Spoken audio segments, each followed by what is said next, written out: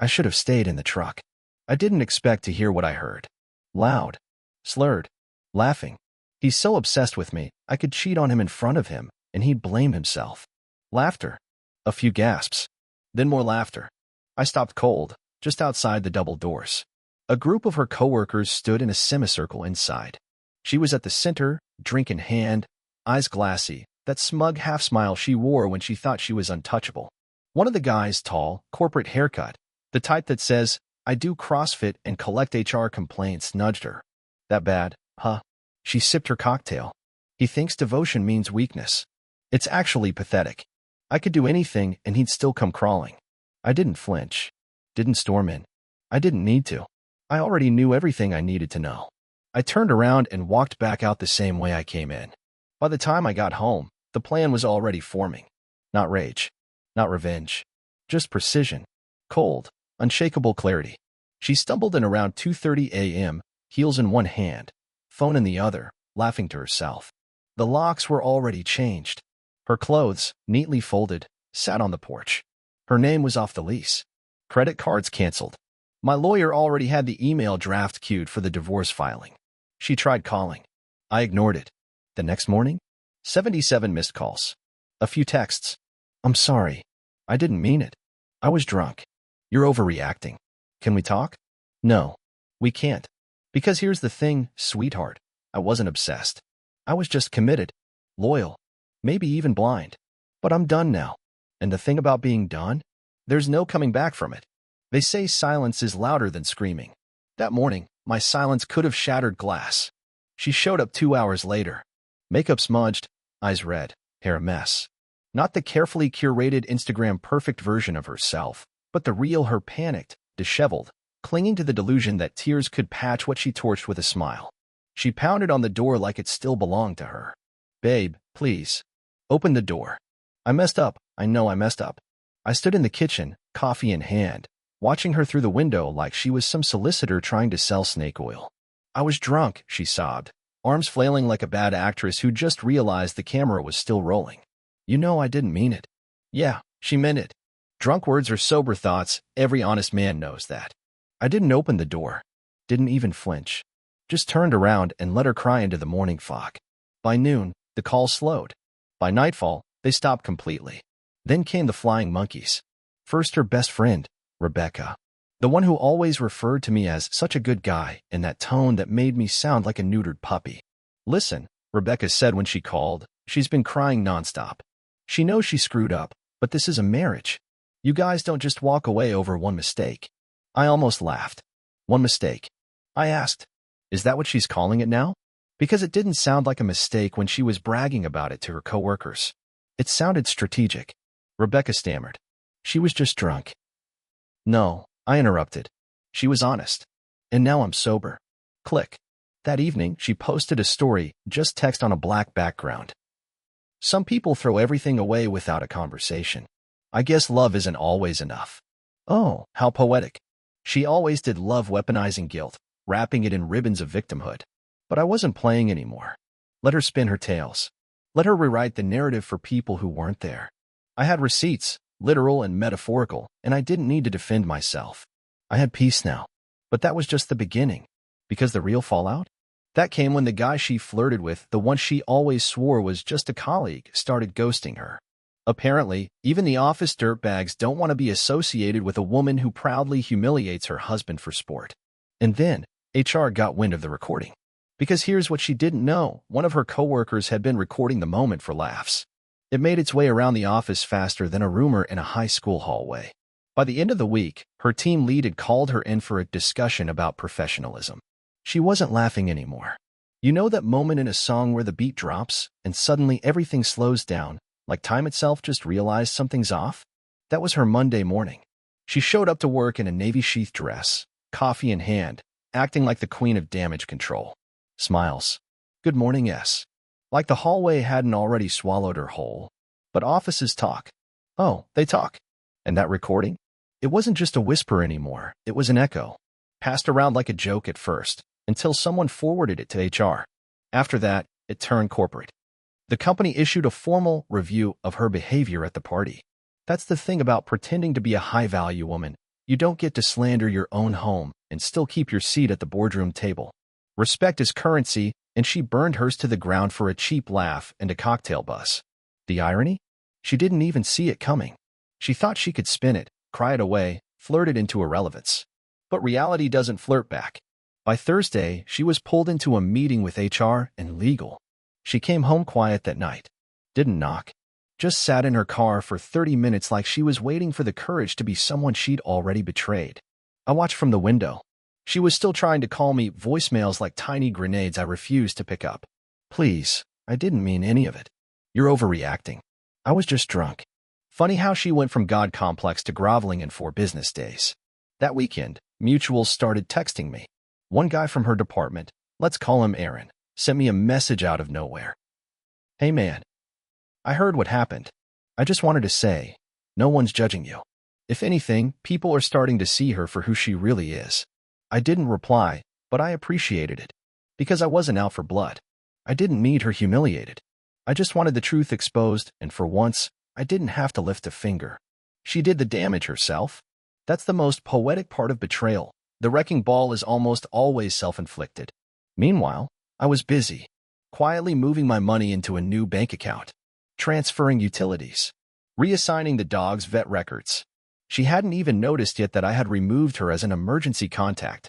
By the end of the month, she'd be gone, not just from my life, but from the story I was writing. Funny thing about narcissists, when the spotlight dims, they don't seek closure. They seek a stage. Her apology came wrapped in nostalgia and desperation. It started with a knock. Not pounding this time, just soft, deliberate, like she was trying to echo the girl I married. She even wore that sweater. The pale blue one from our 3rd anniversary dinner. The one she hadn't touched in 2 years, not since she outgrew humility. She held a pie. An actual pie. I baked, she said. Like old times. I stared at it. Cherry, she added, like I was supposed to melt. I used to love cherry. She hated it. Claimed it stained her nails. Funny how she suddenly remembered my favorite when her reputation was bleeding out at work. Can we talk? She asked. I stepped aside. Not because I missed her. Not because I was weak. But because I wanted to hear the script. The performance. The final act. She sat on the same couch she once used as a throne. Crossed her legs. Straightened her back. I could practically hear the inner monologue. Look soft. Look sad. Look like the woman he married. I was awful, she said. Voice trembling. I said things I didn't mean. I was trying to impress people. I thought if I joked, they'd like me more. So you humiliated your husband? I said, sipping my coffee like it was whiskey. She blinked. I didn't think you were there. That was her defense. Not remorse. Just regret that I heard it. Do you regret what you said, or that I overheard it? I asked. Silence. Because from where I stood, you were pretty comfortable throwing me under the bus with a martini in your hand. Tears welled up.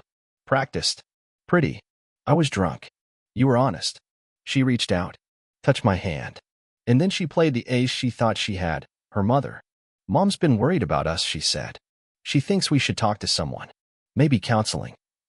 Ah, the cavalry. The same woman who once told her, a man who gives you too much power can't lead a household. Now she wanted to mediate? 2 days later, her mother called me herself. Sweetheart, she cooed. No marriage is perfect. We all say things we regret. I smiled. Tell me, I said, if your husband told a room full of strangers he could cheat on you, and you'd blame yourself, would you sleep next to him that night? Silence. Exactly. That was the last call I took. From her. From her mother. From anyone in that camp. See, they weren't apologizing because they understood. They were apologizing because the cost of their delusion finally showed up like a collections agent with my face. The truth?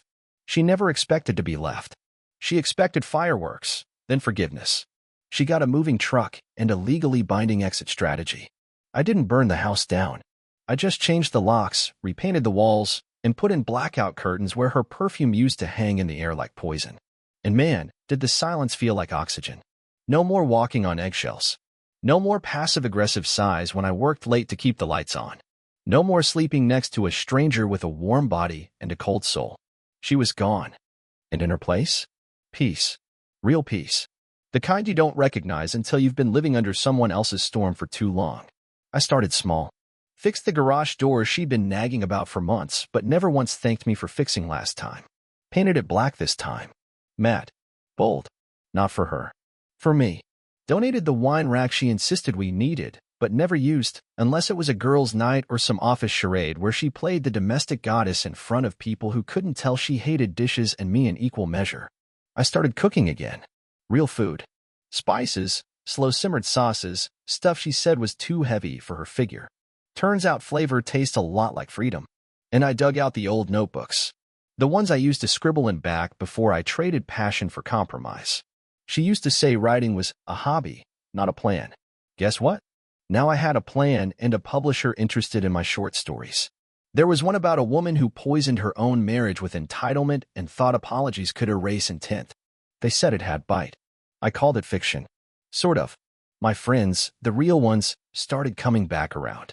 I'd pushed a lot of them away, whether I realized it or not. She never liked my people. Said they were too simple. Translation: they could see through her. And she hated mirrors she didn't control. One night, I sat with my oldest buddy, Dean, on the porch with 2 bourbons and a box of leftover pizza. He lit a cigar, looked out at the darkening sky, and said, "You look lighter." "Dropped about 130 pounds of dead weight," I said, half smiling. We clinked glasses. And maybe the rebuild wasn't just physical. Maybe it was something in the soul, reshaping itself after being bent out of shape for too long. You don't realize how far you've drifted from yourself until you hear your own voice again and it doesn't tremble. She tried reaching out again. Of course she did. Email this time. The subject line: "I still love you." I didn't even open it. Love? No. She loved control. She loved admiration. She loved being loved.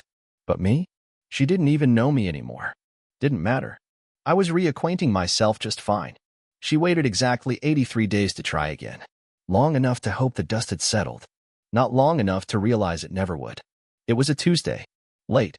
One of those rainy nights where the streetlights smear across wet pavement like old memories trying to resurface. I was working in the study, her former reading nook, now repurposed into something useful, when the ping came through. Email. New sender name. But the subject line gave her away. "If you still think about me." I didn't click it. Not at first. I just stared at it for a moment, the way you look at roadkill on the shoulder. Something that used to move, breathe, matter, but now just lay there, decaying under its own weight. Then I opened it. I've been thinking about us. About everything. I realize now what I lost. I've been in therapy. I'm learning to see how I pushed you away, how I made jokes to cover up my insecurities. I was scared. But I never stopped loving you. I miss our mornings. I miss the safety I felt with you. I miss your loyalty. Your quiet strength. Please, if there's still a part of you that remembers what we had. I'd love to talk. Even just once. No expectations. Just closure. Closure. That word. Like she hadn't already slammed the door herself, broken the lock, and set the porch on fire before walking off with a grin and a martini. Still. I did reply. Not out of emotion. Not out of hope. But because some things deserve a full stop. Subject: if you still think about me. Hey, I don't think about you. I think about who I used to be around you, quiet, compliant, trying so damn hard to be enough for someone who treated loyalty like a doormat. I think about how I used to excuse things that made me feel small. I think about the man who stood in that hallway, hearing his marriage crack like a bad joke at a party. That man's dead now. And you know what? I'm glad. He was obsessed with saving something that was already rotten. I'm not him anymore. I don't save people who throw matches while I'm holding the hose. You want closure? Here it is. You didn't lose me because of a drunken joke. You lost me because that joke was true. Because when you were surrounded by people, drunk on ego and applause, you revealed exactly how little I meant to you. And now that no one's laughing, you remember the man who never stopped choosing you, even when you stopped choosing him. That's not love. That's convenience. So no, we don't need to talk. There's no us to revive. No window to reopen. No version of me still waiting on the porch. He moved out, and I'm not leaving a forwarding address. Take care. M. I hit send, closed the laptop, and let the silence settle like fresh paint on new walls. The storm outside was fading, and for the first time in years, I didn't feel like I was waiting for the other shoe to drop, because it already had, and I'd walked right over it. They say when a man rebuilds himself, the woman who broke him has to watch in silence. Well, maybe not silence. Not in her case. See, I didn't just move on. I moved up. Quietly. Deliberately. Like a man who learned to stop asking for permission in a life he paid for in full. And she couldn't stand it. It started with the Instagram follow request. I ignored it. Then a DM. You look good. Of course I do. Misery ages the guilty, not the free. She started showing up in places I used to avoid, some networking event downtown, where she coincidentally bumped into my buddy Dean. She cornered him near the wine bar, put on that wide-eyed, I've changed, look she used to weaponize in arguments. You think he'd ever want to talk? Dean didn't flinch, just sipped his drink and said, I think he already did. Word got around fast. See, when I rebuilt, I didn't make a spectacle. I didn't post motivational quotes or go on a fitness journey for attention. I just lived better, smarter, lighter, and people noticed. Mutual friends started peeling off her circle like dead leaves in winter. They saw what she did, heard the recording, watched her crumble after realizing the applause she lived for had stopped. Her charm didn't work anymore, especially not when she tried to spin the story her way. He just left me, she told someone. No, sweetheart. I released you.